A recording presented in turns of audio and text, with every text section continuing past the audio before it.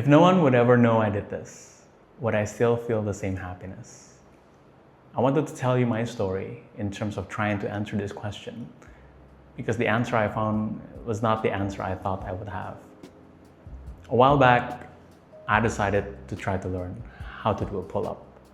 Just one. You need to understand where I was coming from. I wasn't exactly the most athletic person out there. I was just starting out. And doing one was like a dream to me. In the beginning, I was just hanging. I wasn't even trying to pull one up. So it took some time of just doing dead hangs. And months after that, no audience, no progress. And then one morning, my head actually passed that pull-up bar. One. That's all it was, just one. And the smile on my face, that was a whole different level of category out there. Nobody was in the room and nobody knew. And it was just one of the cleanest things I ever did. So that settles the question, right? No one knew and I was happy and we can all go home. It would be that simple, except 30 seconds later, I picked up my phone. Hi. My name's Brandon, and welcome to a series made by, your average Joe, trying to answer the questions that are too complicated to answer, at least for me and my friends.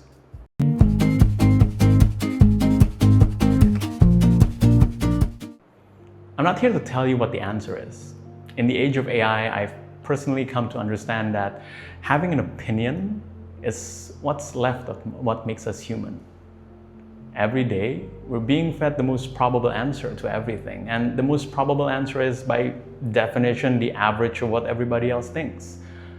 So the thing I want to preserve is, for you and me, is the ability to hold a different opinion. To have actually thought about something and landed somewhere slightly off center and on purpose. So everything I'm about to say, I want you to argue with. And that's the point of this conversation. So back to that question. If no one would ever know that I did this, would I still feel the same happiness? Before we can answer that question, we should notice that there's something smuggling in. And the question assumes something, that people knowing is connected to feeling happy. That's an assumption, not a fact. And it's worth pulling that apart a bit. I'll flag something now that I want to come back at the end, because it bothered me for a very long time. If being recognized makes us happy, why do we all instinctively dislike people who obviously want to be recognized? Why do we hate a snob? We're all doing some version of that same thing. So what exactly is the difference? Hold on to that. But first, the phone. So I picked up my phone and I wanted to tell someone, normal enough in this case. But when I looked at who I wanted to tell, it wasn't one list. There were two. There were people I'm close to, and then there were other people. People from work, people I'm friendly with. But I wouldn't call them friends. I'll let you define closeness for yourself, but here's mine. I call them people I trust. And trust for me is, I know the other person has no ill will towards me, and they never will. That's it. And people I don't trust, they're not villains or anything. I just haven't closed the door, of doubt when it comes to them. So two lists, and I assume both came from the same impulse within me. I was happy, I wanted to share it, and that's a human thing to do. Then I asked what I actually wanted back from each of them. And the answers were not the same. From the people I trust, I wanted them to be happy for me. I was looking for affirmation. Somebody saying, "That's great, you've been at this for months." But from the second group, I wanted something different. I wanted them to be impressed. I want to be honest about how that landed, because it's the actual reason I'm making this video. It wasn't a neutral observation. It was a small, unpleasant shock 30 seconds earlier, I thought that I was actually doing this for myself. You know, it was a private achievement and the good kind. And I'm standing there holding my phone, realizing that a part of me wanted an audience, not a support. And here's the move I want to name, because I think it's the most human thing in this entire story. My first instinct was not to accept that. My first instinct was to translate it a different way.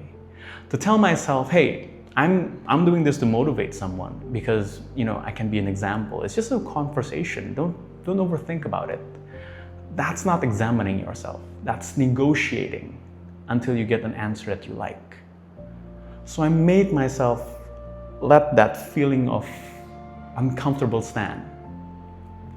I acknowledged that I wanted to be admired, and I stopped arguing with that. Here's how I ended up making sense out of it though. And it comes from the world I actually work in. I work a lot in business, and you know, in business, you don't ask, did we make money? That's somewhat of a simple question. But a business asks where the money came from, which pipeline it came through, and whether those pipelines will still be there. You control input and it keeps producing without needing anyone's permission. And some revenue is what I'd like to call just lucky transactions. A government project, an unplanned offer, you know, something real and valuable that accidentally landed in your lap. And the first rule in business is that you don't build your forecasts on lucky transactions. You build it on the pipeline you can count on. I think happiness in this sense works in the same way. It isn't one pipeline, it isn't one number. It's a set of pipelines, and they're not equally reliable.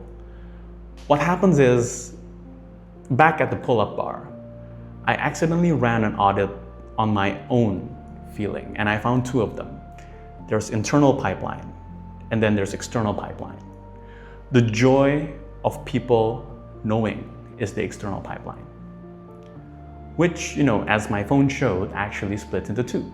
People I trust and then people I don't. Start with the first one, the internal one. And I think that's the one that we have to rely on the most. When I talk to people who've won things, you know, professionally, athletically, academically, there's obviously joy in the trophy. But what I find more interesting is that the bigger, more consistent joy comes earlier. It's the one they tell me is the feeling of being on track. And being on track has a prerequisite that sounds obvious until you check whether you actually have it. You need a track. A track means three things. You have a start, you have a finish, and you have a plan. That's about it. And I'm deliberately not saying you need to know your purpose in life, because, you know, I didn't when it comes to that pull-up bar. I had no grand philosophy. It was just that I knew it was something I needed to do for myself. And it was enough to generate months of real, repeatable happiness. This is why I think the internal pipeline is the one you can forecast. It runs on principles I've said out loud many times in my career. The right choice is the choice that brings you closer to your goal. Once you have a track, every decision you make becomes very much auditable. Does this bring me closer to the finish, or does it not? And if the answer is yes, that's your own happiness. That's own revenue. It doesn't need a customer when you answer that question. Now you come to the second part, right? The second one is the external one. And let's assume we start with the people we trust. When you look at them, at least from my experience, what we're looking for is affirmation.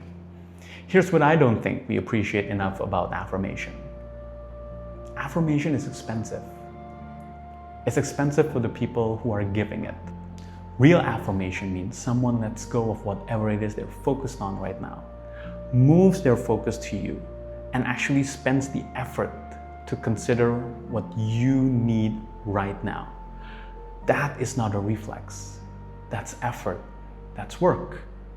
which explains two things at once actually. It explains why people who give proper affirmations are so loved by the people around them. But it also explains why those people are often the most drained person in the room.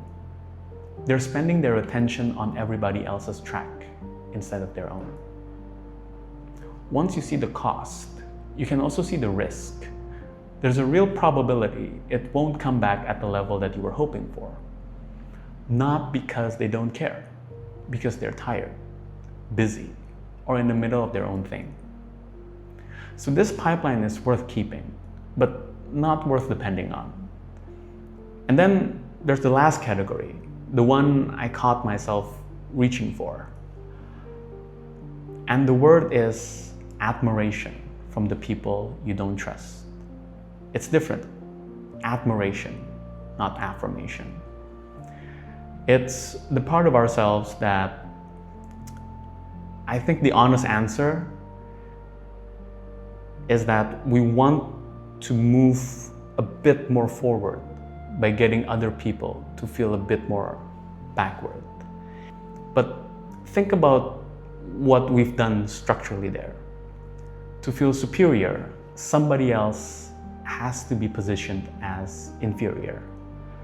That's not a side effect, that's just how comparison works, and comparisons need a loser. Which brings me back to that question I asked you to hold. Why do we hate snobs?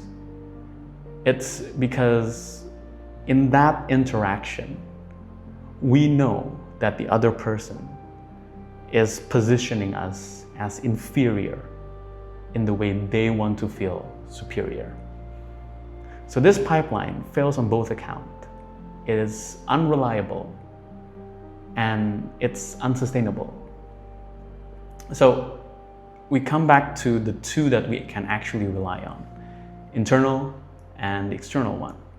So how much of each? I'll give you a number, but I want you to be careful with how you use this number.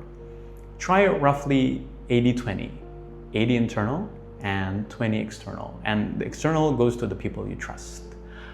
I'm not asking you to measure this, and I'd rather you do not. I think of this the same way I think about counting calories. I think it's much more effective for you to just eat the right thing comparing to you calculating everything and then getting tired about, the specifics of the measurements.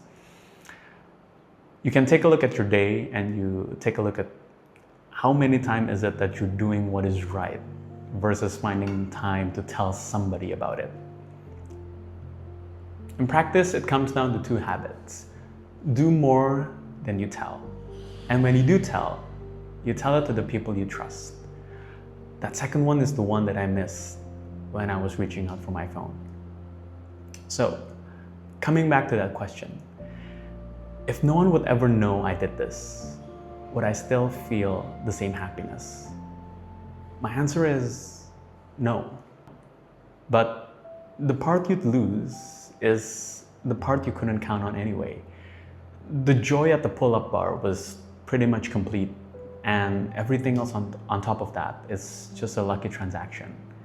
Real worth having sometimes, and it's definitely lovely, but it's nothing to build on. And if you tell the wrong person, that pipeline doesn't just underperform, it runs negative. And that's where I've landed. It's my opinion, not a conclusion. It's prone to some fine-tuning, but that's what I want to hear back from you. Write down in the comments parts of it that you disagree and parts of it that you do agree. Because this whole series exists to push back against all of us thinking in the most probable way possible. Let's celebrate human thinking, including the parts that disagrees with me. And if there's a question you'd like me to sit and think about next, write it down below. I'd genuinely love to think about it. Like and subscribe if you want to hear more of this kind of content.